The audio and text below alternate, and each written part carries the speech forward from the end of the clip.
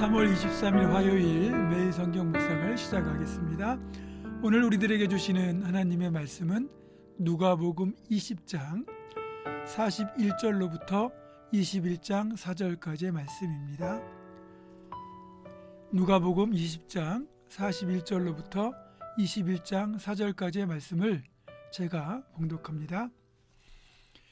예수께서 그들에게 이르시되 사람들이 어찌하여 그리스도를 다윗의 자손이라 하느냐.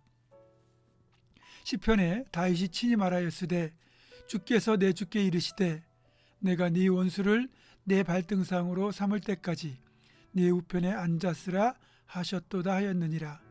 그런즉 다윗이 그리스도를 주라 칭하였으니 어찌 그의 자손이 되겠느냐 하시니라. 모든 백성이 들을 때에 예수께서 그 제자들에게 이르시되 긴 옷을 입고 다니는 것을 원하며 시장에서 문안받는 것과 회당의 높은 자리와 잔치의 윗자리를 좋아하는 서기관들을 삼가라. 그들은 과부의 가산을 삼키며 외식으로 길게 기도하니 그들이 더 엄중한 심판을 받으리라 하시니라. 예수께서 눈을 들어 부자들이 헌금함에 헌금 넣는 것을 보시고 또 어떤 가난한 과부가 2렙돈 넣는 것을 보시고 이르시되 내가 참으로 너희에게 말하노니 이 가난한 과부가 다른 모든 사람보다 많이 넣었도다. 저들은 그 풍족한 중에서 헌금을 넣었거니와 이 과부는 그 가난한 중에서 자기가 가지고 있는 생활비 전부를 넣었느니라 하시니라. 아멘. 행정고시에 합격하면 5급 공무원이 되는데 5급 공무원을 사무관이라고 부릅니다. 그리고 한 단계 더 승진해서 4급 공무원이 되면 이때는 서기관이라고 부르죠. 오늘 본문 45절 이하에 나오는 서기관이라고 하는 사람들은 이런 공무원을 말하는 것이 아니고 예수님 당시에 성경을 필사하던 사람들을 가리켜 서기관이라고 불렀는데 서기관이라는 말은 헬라어로 소페르라고 하고 그 뜻은 글을 쓰는 사람이라는 뜻입니다.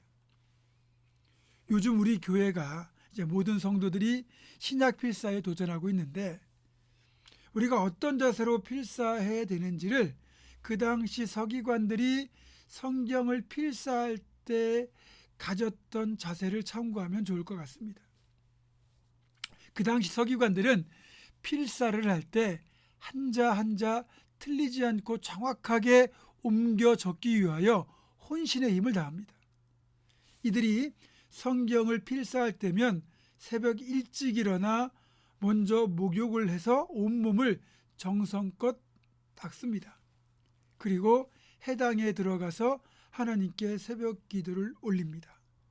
그리고는 집으로 돌아와 간단하게 아침 식사를 마치고 이제 작업실에 들어가 책상에 앉아서 오늘 사용할 양피지를 쭉 펼쳐놓고 잉크와 새 깃털로 만든 펜을 정돈하고 다시 한번 기도합니다. 어떻게 기도하느냐? 이런 기도를 드려요. 내가 여기 토라 두루마리를 기록하는 것은 토라의 거룩함을 수호하기 위함입니다. 대부분의 서기관들은 성경 원문을 대부분 암송해요. 하지만 기억에 의존해서 성경을 필사하는 것은 엄격히 금지되어 있습니다.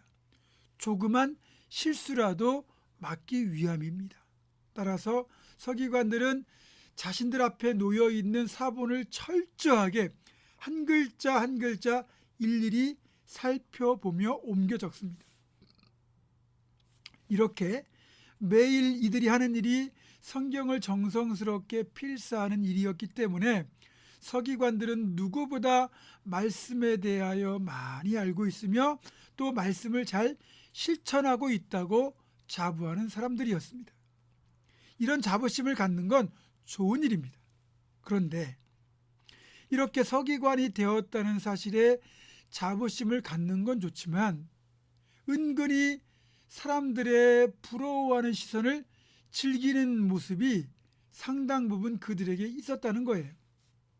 주님은 지금 이것을 지적하고 계신 겁니다. 서기관들이 입는 긴 옷, 그 옷을 입고 다니면서 시장에서 사람들이 서기관을 알아보고 서기관에게 인사하는 걸 즐기고, 해당에서는 당연히 높은 자리에 앉는 것, 또 잔치에 가면 상석에 앉는 것을 좋아했습니다.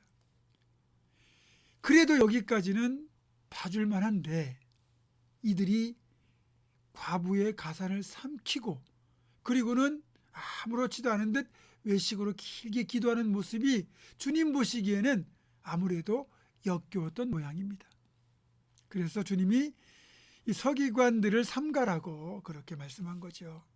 물론 처음부터 서기관들이 이런 모습은 아니었을 겁니다. 그런데 서기관이 되어 살다 보니까 많은 사람들로부터 거룩한 일을 하는 사람이라는 인정, 칭찬, 존경, 이런 대접을 받다 보니까 자기도 모르는 사이에 목이 굳어지고 은근히 즐기는 데까지 나아가게 된 거죠. 그러나 제 경험상 하나님의 말씀을 제대로 읽고 바르게 대할수록 사실 더 겸손해질 수밖에 없습니다. 말씀이 살아서 나와 관계를 맺게 되면 그 말씀이 나를 변화시키거든요. 그래서 여러분이 정말 자신이 변화되기를 원한다면, 또는 내 남편이나 아내나 다른 사람이 변화되기를 원한다면 그분에게 말씀을 읽게 하시면 돼요. 주님으로부터 책망받은 서기관은 말씀을 정말 많이 대하고 옮겨 쓰긴 했지만 말씀을 말씀으로 대한 것이 아니라 자기의 생계를 책임지고 자신을 폼나게 만들어주는 수단일 뿐이었습니다. 그런 자세로 말씀을 대하면 아무리 많이 말씀을 읽고 쓴다 할지라도 결코 변화될 수가 없습니다. 또 처음부터 변화되는 사람은 없지요. 조금씩 변하다 보면 어느 순간 많이 변화되어 있는 내 자신을 보게 됩니다. 그게 진짜 변화죠. 자, 여러분, 우리가 어느 순간부터 이런 목이 굳은 잘못된 서기관이 되어 있지 않은지 스스로 점검해 보시고, 저는 목회자로서 제 자신에게 늘 질문을 해야 됩니다. 그리고 이제 이어서 주님이 유심히 지켜보신 장면은 헌금하는 모습이었습니다. 성전 앞에 놓인 헌금함을 지켜보고 계셨는데 와서 부자들도 헌금을 하고 과부도 헌금을 합니다. 병행본문인 마가복음 12장 41절 42절을 보면 이렇게 되어 있어요. 예수께서 헌금함을 대하여 앉으사 무리가 어떻게 헌금함에 돈 넣는가를 보실세 여러 부자는 많이 넣는데 한 가난한 과부는 와서 2렙돈 곧 한 고드란트를 넣는지라. 자, 이렇게 가난한 과부가 존재하고 있지 않습니까? 그 원인이 어디 있겠어요? 오늘 읽은 본문 20장 47절을 보면 서기관들이 과부의 가산을 삼켰다고 되어 있지 않습니까? 서기관들이 이런 과부들을 속이고 그들을 미혹해서 자신의 입속만 채웠다는 거예요. 그래서 가난한 과부가 생겼을 수도 있는 겁니다. 그리고 여기 보면 여러 부자는 많이 넣었는데 한 가난한 과부가 등장을 하죠. 그런데 주님이 칭찬하신 건 부자들의 헌금이 아니고 이 가난한 과부의 헌금이었습니다. 2렙돈, 기껏해 우리 돈으로 하면 뭐 라면 한두 개 살 수밖에 없을 정도의 적은 금액인데 생활비 전부를 넣었다고. 그래서 주님은 이 과부의 헌금을 칭찬하셨어요. 하나님께서 보시는 헌신의 기준은 액수가 아니라 비율이라는 걸 알려주고 계신 거예요. 많이 드리는 것이 중요한 게 아니라 기쁨으로 드리는 것이 주님께 귀한 것이고, 그리고 내가 가진 것에서 얼마의 비율로 드렸느냐, 그게 주님이 보시는 헌신의 기준이었다는 거죠.